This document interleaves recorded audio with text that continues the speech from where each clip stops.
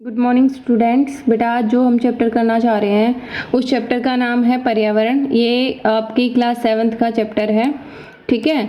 और इसमें जो भी कुछ इम्पोर्टेंट था आपके नॉलेज के हिसाब से कि आपको क्या पता होना चाहिए, आपके एग्ज़ाम के हिसाब से, या आप किसी भी कॉम्पिटिटिव एग्ज़ाम की तैयारी करें आगे, उन सभी पॉइंट ऑफ व्यू से मैंने इस चैप्टर में जो मोस्ट इम्पॉर्टेंट चीज़ थी उसको अंडरलाइन किया है, क्योंकि मैं नहीं चाहती कि वीडियो बहुत लंबा बन जाए। तो इसीलिए जो है मैंने सारे इम्पोर्टेंट पॉइंट्स को ही कवर किया है, ठीक है।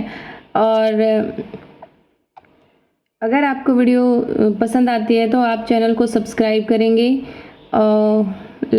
लाइक करेंगे, कमेंट करेंगे और शेयर करेंगे वीडियो को, ताकि बाकी बच्चों के पास भी वीडियो पहुंच सके, ठीक है। तो चैप्टर शुरू करते हैं। जैसे कि चैप्टर का नाम है पर्यावरण। सबसे पहली बात है कि पर्यावरण होता क्या है, ठीक है। तो जो कुछ भी हम अपने आसपास देखते हैं वो सब हमारा क्या कहलाता है, पर्यावरण कहलाता है। जैसे मान लीजिए आप अपने घर में हैं तो आपके घर में क्या होगा, फैन, फ्रिज, टीवी, बेड, कपड़े आपके, ठीक है, जूते, या आपका कोई भी सामान है जो आपके वो अपने आसपास दिखाई दे रहा है, सब हमारा पर्यावरण का अंग है, ठीक है। इसी तरीके से मान लीजिए आप स्कूल में हैं तो स्कूल में क्या होता है, बोर्ड, बच्चे, बेंच, खेल का मैदान, आपका रूम, ठीक है। तो वो सब जो है वो भी पर्यावरण का एक भाग है, ठीक है।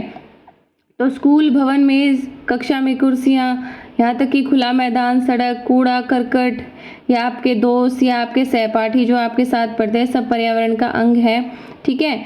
पर्यावरण हमारे जीवन का मूल आधार है।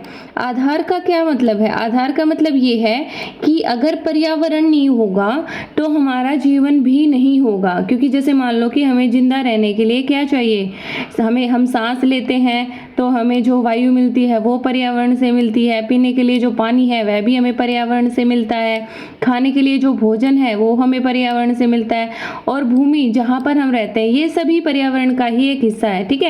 तो अगर पर्यावरण नहीं होगा तो हम सोच भी नहीं सकते कि मनुष्य का जीवन भी हो सकता है, ठीक है। लेकिन कुछ वस्तुएं ऐसी हैं जिनका निर्माण प्रकृति ने किया है, जैसे पर्वत, नदियाँ, पेड़, प्राणी, ठीक है। जबकि कुछ वस्तुएं ऐसी हैं जिनका निर्माण मनुष्य ने किया है, जैसे सड़क, कार, कपड़े, किताबें आदि, ठीक है। तो जिन वस्तुओं का निर्माण प्रकृति ने किया है, यानी कि जो भी कोई ऐसी चीज़ आप डिफ्रेंशिएट करोगे कि ये प्राकृतिक पर्यावरण है या मानव निर्मित पर्यावरण है, तो आप क्या देखोगे, आप सिर्फ ये देखिए कि क्या उस चीज़ को इंसान ने बनाया है या फिर उस चीज़ को जो है वो पहले से ही थी। अगर वो पहले से ही थी, कोई ऐसी चीज़ है जिसको इंसान बना ही नहीं सकता, तो अंडरस्टूड है वो चीज़ प्राकृतिक है। और अगर उस चीज़ को इंसान बना सकता, उसने बनाई है, तो वो मानव पर्यावरण का हिस्सा है, ठीक है। आगे चलते हैं। मानव कार, मिल, कारखाना, बर्तनों का निर्माण करता है, ठीक है। आपके घर में जो भी सामान है जो आप यूज़ कर रहे हैं, आप उसमें से बता सकते हैं वो कौन कौन सी चीज़ें हैं जिनको मनुष्य ने खुद से बनाया है, ठीक है। इस प्रकार से मानव प्राकृतिक पर्यावरण में उसको परिवर्तित कर देता है मानव निर्मित पर्यावरण में, यानी कि जो चीज़ें पहले प्रकृति में थी उनको वो मानव निर्मित पर्यावरण में चेंज कर लेता है, क्योंकि बिल्कुल अपनी तरफ से तो वो बनाता नहीं है, वो प्राकृतिक जो पर्यावरण के जो चीज़ें हैं उनको वो जो है मानव निर्मित में चेंज कर देता है। जैसे मान लो कि अगर हम बात करें लोहे की, लोहा जो ज़मीन के अंदर से निकाला जाता है उसको लोह-अयस्क कहते हैं, तो वो एक प्राकृतिक पर्यावरण का हिस्सा है, ठीक है। लेकिन उस लोहे से इंसान ने गाड़ी बना दी, तो गाड़ी क्या है, मानव निर्मित है, ठीक है। समझ आया। इसके बाद हमें पर्यावरण के घटकों के बारे में दिया हुआ है।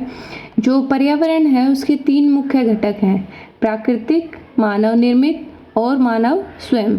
जैसे कि आप तस्वीर में देख पा रहे हैं, जो प्राकृतिक पर्यावरण है उसमें जो है हमारे जो चारों मंडल हैं, जिनको आगे हम डिटेल में पढ़ेंगे, जैव मंडल, ठीक है, सजीवों का संसार जिसमें कि सभी लिविंग थिंग्स आती हैं हमारी, स्थल मंडल ये जमीन से रिलेटेड है, वायुमंडल इसमें जो है हम विभिन्न गैसों के बारे में पढ़ेंगे, और जलमंडल जिसमें हम जो है पानी और उसके विभिन्न स्रोतों के बारे में पढ़ते हैं।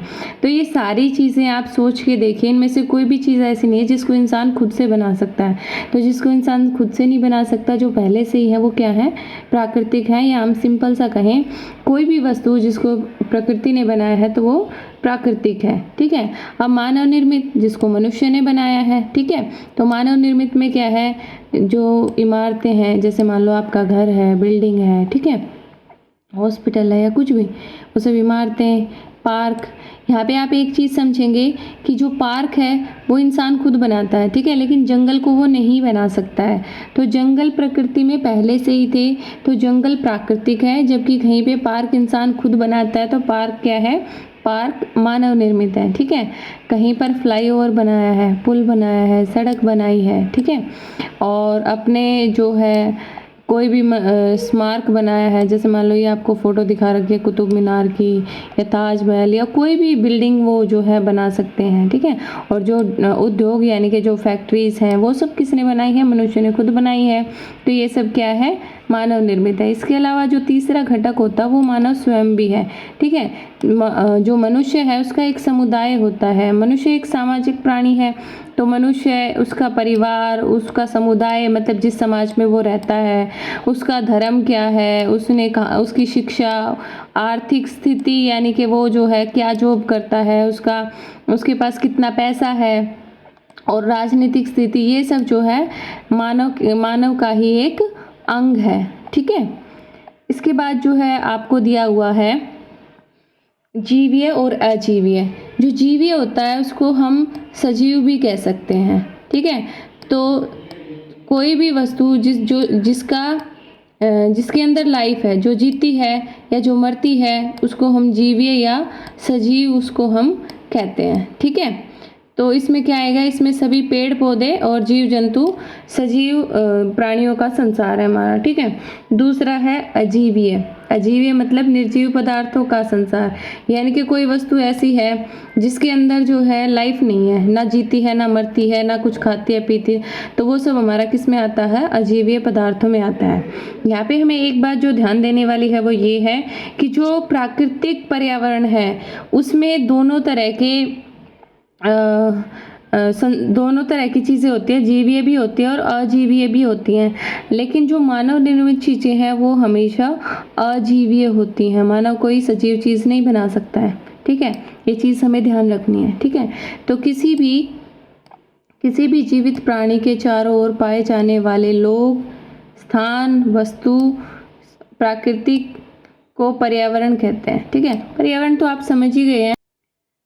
पर्यावरण तो आप समझ ही गए हैं कि हमारे चारों ओर जो भी चीज़ें मिलती हैं हमें, चाहे वो प्राकृतिक है या मानव निर्मित है, पर उसको हम पर्यावरण कहते हैं। आगे हम डिफाइन करते हैं कि पर्यावरण जो है वो प्राकृतिक होता है या मानव निर्मित होता है।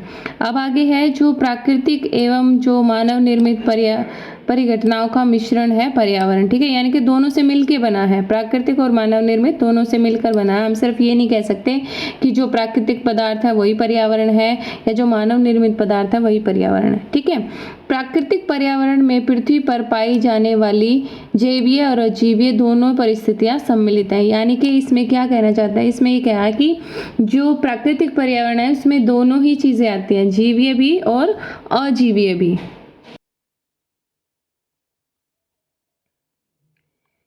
जबकि जो मानव होता है, मानवीय पर्यावरण में सिर्फ जो मानव की जो क्रियाएं हैं, मतलब उसने जो चीज़ें बनाई हैं, जो उसकी गतिविधियां हैं, वो जो करता रहता है वही चीज़ें सम्मिलित हैं।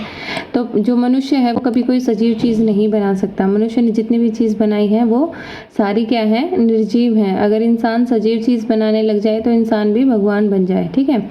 यहाँ पे आपको जो है शब्द उत्पत्ति दे रखी है, जिसमें ये बताया है कि जो ये पर्यावरण है इस शब्द की उत्पत्ति कैसे हुई है। तो पर्यावरण को जो है इंग्लिश में हम इन्वायरमेंट कहते हैं, ठीक है, जो फ्रेंच भाषा के शब्द से निकला है, जिसको कि फ्रेंच भाषा में एनवायरोनेर या एनवायरोनेर कहा जाता है, जिसका अर्थ है पड़ोसी, यानी कि हमारे जो है आसपास का एरिया। पड़ोस में क्या आता है, हमारे आसपास का एरिया, और हमारे आसपास का एरिया हमारा क्या कहलाता है, पर्यावरण कहलाता है, ठीक है।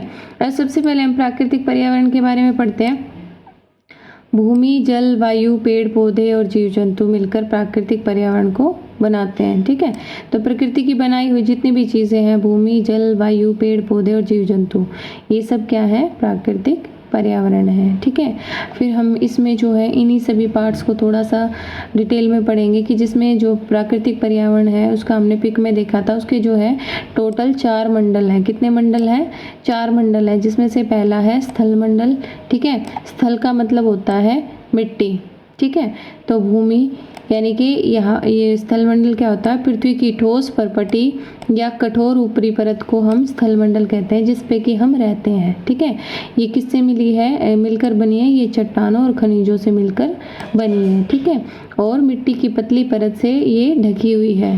अब जो है स्थल मंडल में आता क्या क्या है? ठीक है, तो जो पहाड़ है, ऊंची ऊंची चोटियाँ, पठार, मैदान और घाटी, इन सब को जो है हम ये सब हमारे स्थल मंडल का हिस्सा है। इसके अलावा महासागर के नीचे जो ज़मीन होती है वो भी हमारी क्या है? स्थल मंडल का ही एक हिस्सा है, जहाँ पे पानी ख़त्म हो जाता है। अब यहाँ पे पहाड़ तो जो है, पहाड़ कैसा होता है? ऐसे ऊंची चोटी वाला होता है पहाड़। ठीक है, अच्छा कि कुछ बच्चों को ये नहीं पता होगा कि पठार कैसे होता है। पठार ज़मीन से तो ऊपर उठा हुआ होता है, लेकिन जो है पर्वत से थोड़ा डिफरेंट होता है। पठार ऐसे ऊपर से समतल होता है ऐसे। ठीक है, जबकि पर्वत कैसे होता है? पर्वत ऐसे होता है। ठीक है, और मैदान जहाँ पे आप रह रहे हैं, जिस एरिया में, जो कि बिल्कुल सिंपल समतल सपाट होता है, वो मैदान होता है। और घाटी, 2 पहाड़ों के बीच में से अगर कोई रास्ता निकल रहा है, तो जहाँ पे समतल मैदान है वहाँ, तो उसे हम क्या कहते हैं? उसे हम घाटी कहते हैं। ठीक है, स्थल मंडल पर जो है, स्थल मंडल किस काम आता है? स्थल मंडल पर हम खेती करते हैं। स्थल मंडल पर बहुत सारे जंगल होते हैं। ठीक है, यहाँ पे हमें रहने के लिए ज़मीन मिलती है और अपने पशुओं को चराने के लिए चारा मिलता है। ठीक है, जैसे कि घास स्थल जो है, और जो भी कुछ आप देख रहे हो हम ज़मीन के ऊपर जो करते हैं, वो सब हमारा क्या है? वो सब हमारे स्थल मंडल के यूज़ है। यहाँ पे आपको फ़ोटो दी हुई है, जिसमें से अच्छे से बता रखा है कि ये जो जल का क्षेत्र है वो जल मंडल है। सभी जीव जंतु और पेड़ पौधे जहाँ रहते हैं उसको जैवमंडल कहते हैं। पृथ्वी के चारों ओर जो है जो वायु फैली हुई है वो हमारा वायुमंडल है। और जो पृथ्वी का जो स्थल वाला भाग है, जिसमें कि पठार, मैदान, पर्वत वगैरह आते हैं, वो हमारा क्या कहलाता है? स्थल मंडल कहलाता है। इसके बाद बेटा आपको परितंत्र के बारे में समझाया हुआ है कि परितंत्र क्या होता है। वह तंत्र जिसमें समस्त जीवधारी आपस में एक दूसरे के साथ तथा पर्यावरण के भौतिक और रासायनिक कारकों के साथ परस्पर क्रिया करते हैं, उसको हम क्या कहते हैं? पर्यावरण कहते हैं। अब इसको समझेंगे कि देखो, सभी जो जीव जंतु और पेड़ पौधे हैं, आपने सुना है कि हमें खाना कहाँ से मिलता है? पेड़ पौधों से मिलता है। और पेड़ पौधे अपना खाना कहाँ से बनाते हैं? पेड़ पौधे अपना खाना जो है कार्बन डाइऑक्साइड गैस, सूर्य के प्रकाश, खनिज और पानी से मिलकर बनाते हैं। तो वो जो पेड़ पौधे जिस चीज़ से अपना खाना बना रहे हैं, वो तो सारी चीज़ें हैं भौतिक। ठीक है, और उनसे जो रिएक्शन होती है वो रासायनिक हो गई। तो भौतिक और रासायनिक कारकों को मिलाकर जो है पेड़ पौधे अपना भोजन बना रहे हैं, उसको हम खा रहे हैं। ठीक है, तो ये सारी चीज़ें क्या है कि सभी जीवधारी जो है और जो भौतिक और रासायनिक चीज़ें हैं, सारी एक दूसरे के साथ क्रिया करते हैं। ठीक है, सभी जो है एक दूसरे पर डिपेंड करते हैं। और अगर हम सोचें कि मान लो इनमें से कोई एक चीज़ नहीं होगी तो हमारी लाइफ होगी, तो ऐसा नहीं है। हमारी लाइफ जो है वो भी नहीं होगी। तो परितंत्र क्या है? जिसमें सभी जो मंडल जो हम पढ़ रहे हैं वो आपस में एक दूसरे के साथ क्रिया करते हैं, उस क्रिया को परितंत्र कहते हैं। ठीक है, अब यहाँ पे वायुमंडल दिया है कि वायुमंडल क्या है। वायुमंडल जो है पृथ्वी, जैसे मान लो कि ये पृथ्वी है, इसके चारों ओर जो है 1600 किलोमीटर तक एक चौड़ी लेयर जो है वायुमंडल की फैली हुई है। उसको पृथ्वी ने अपने गुरुत्वाकर्षण बल के साथ अपने अंदर बांध के रखा है, उसे हम वायुमंडल कहते हैं। ठीक है, वायुमंडल के अंदर क्या आता है? वायुमंडल के अंदर विभिन्न प्रकार की गैसें, धूलकण, जलवाष्प, यानी कि जो पानी जो भाप बनकर उड़ जाता है वो हवा के अंदर होता है। ठीक है, ये सब हमारा किस में आता है? वायुमंडल में आता है। वायुमंडल में परिवर्तन होने से मौसम में भी परिवर्तन हो जाता है। जैसे मान लो कि हवा जो है वो गर्म है तो टेम्परेचर बढ़ जाएगा, या जिस तरह की हवा चलती है उसी तरह का जो है मौसम हो जाता है। इसके बाद आपको जैवमंडल दिया है। सभी पेड़ पौधे, पादप का मतलब क्या होता है? पेड़ पौधे, और जीव जंतु। ठीक है, जीव जंतु में सभी कुछ आ जाता है। जितने भी हमारे पक्षी हैं, जानवर हैं, मनुष्य और जितने भी माइक्रो ऑर्गेनिजम्स हैं जिनके अंदर लाइफ होती है और कीड़े मकोड़े हैं, उन सबको कंप्लीट फॉर्म में हम जीव जंतु कहते हैं। ठीक है, तो सभी पादप और जीव जंतु से मिलकर हमारा क्या बना है, जैवमंडल बना है। ठीक है, या सजीव संसार का निर्माण ये करते हैं। यह पृथ्वी का वह संकीर्ण क्षेत्र है जहाँ स्थल, जल एवं वायु मिलकर जीवन को संभव बनाते हैं। परितंत्र क्या है, आपको समझ में आ गया कि सभी जो है स्थलमंडल, जलमंडल, वायुमंडल, जैवमंडल के सभी कारक आपस में एक दूसरे के साथ क्रिया करते हैं, इसे हम परितंत्र कहते हैं। ठीक है, यहाँ पे कुछ छोटी छोटी बातें जो इम्पोर्टेंट नहीं है पर फिर भी, जैसे मान लो कि अलग अलग जगह पर अलग अलग तरह का एनवायरनमेंट पाया जाता है। जैसे मान लीजिए केरल में बहुत ज़्यादा बारिश होती है और वहाँ पे नारियल के पेड़ बहुत ज़्यादा पाए जाते हैं। जैसलमेर राजस्थान में है, जैसलमेर जो थार मरुस्थल है उसका रेगिस्तानी एरिया है, वहाँ पे ऊँट नाम के पशु ज़्यादा मिलते हैं और वहाँ पे क्योंकि पानी की कमी है इसलिए कटीली झाड़ियाँ मिलती हैं। वहाँ पे चारों ओर रेत ही रेत नज़र आता है। ठीक है, इसके अलावा जो रेगिस्तानी एरिया होता है वहाँ पे सांप, छिपकली और अनेक प्रकार के जो है कीट भी मिलते हैं। इसके बाद है सभी पेड़ पौधे, जीव जंतु और मानव अपने आसपास के पर्यावरण पर आश्रित हैं। ठीक है, अब देखो पेड़ पौधे नहीं होंगे तो क्या हमारी लाइफ हो सकती है, नहीं हो सकती ना। ठीक है, तो हम सब एक दूसरे पर आश्रित हैं, एक दूसरे पर आश्रित मतलब डिपेंड करते हैं। ठीक है, जीवधारियों का आपस में जो है एक दूसरे पर डिपेंड होना, एक दूसरे के साथ क्रिया करना ही परितंत्र है। वही पहले अगेन पुरानी डेफिनेशन है। ठीक है, अच्छा, अधिक वर्षा वाले वन, घास के स्थल, रेगिस्तान, पर्वत, झील, इनके अंदर भी अपना एक परितंत्र होता है। इसके अंदर भी बहुत सारे जीव जंतु होते हैं जो आपस में क्रिया करते हैं। ठीक है, यहाँ पे एक इम्पोर्टेंट चीज़ ये है कि हर वर्ष जो है 5 जून को हम विश्व पर्यावरण दिवस मनाते हैं, जिसमें कि हम पर्यावरण के बारे में जागरूकता फैलाते हैं। ठीक है, एक और चीज़ इसमें दी हुई है वस्तु विनिमय पद्धति, यानी कि वस्तुओं की अदला बदली। यानी कि अगर पुराने समय की हम बात करें जब इंसान की आवश्यकताएं बहुत कम थी और जब जो है जो करेंसी है यानी कि जो पैसा है उसकी खोज नहीं हुई थी, तो लोग जो है अगर एक से एक व्यक्ति दूसरे व्यक्ति को सामान देता था तो क्या करता था, वो वस्तु के बदले वस्तु देता था। वस्तु के बदले वस्तुओं का लेन देन वस्तु विनिमय प्रणाली कहलाता है। ठीक है, अब मानवीय पर्यावरण, जो कि हमने तीसरा घटक पढ़ा था कि मानव अपने पर्यावरण के साथ क्रिया करता है, वो पर्यावरण में बहुत सारे चेंज करता है। आपने सुना होगा बहुत बार कि लोग कहते हैं कि मनुष्य ने प्रकृति को जो है बहुत ज़्यादा बदल दिया है। ठीक है, तो मनुष्य ने जो है वो अकेला ऐसा प्राणी है जो पर्यावरण को परिवर्तित कर सकता है, वो उसको अपने अनुसार ढाल सकता है। उसने इतनी इतनी चीज़ों का आविष्कार किया है, जैसे मान लो पंख ना होते हुए भी वो उड़ सकता है एरोप्लेन में बैठ के। अगर उसको ठंड लगेगी तो वो हीटर चला सकता है, गर्मी लगेगी तो वो कूलर एसी चला सकता है।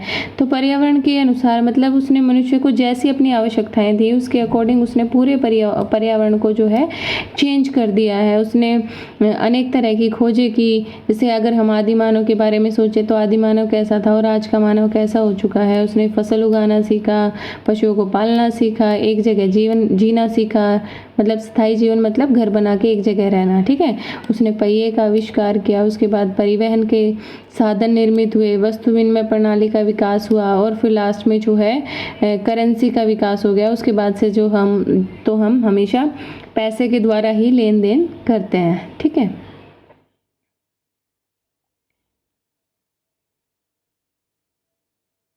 ये आपका एक चैप्टर कंप्लीट हो गया बेटा। आपको चैप्टर कैसा लगा ये मुझे कमेंट में बताएं और वीडियो कैसी लगी ये भी बताएं। और वीडियो अगर पसंद आई है तो चैनल को सब्सक्राइब करें और वीडियो को लाइक करें।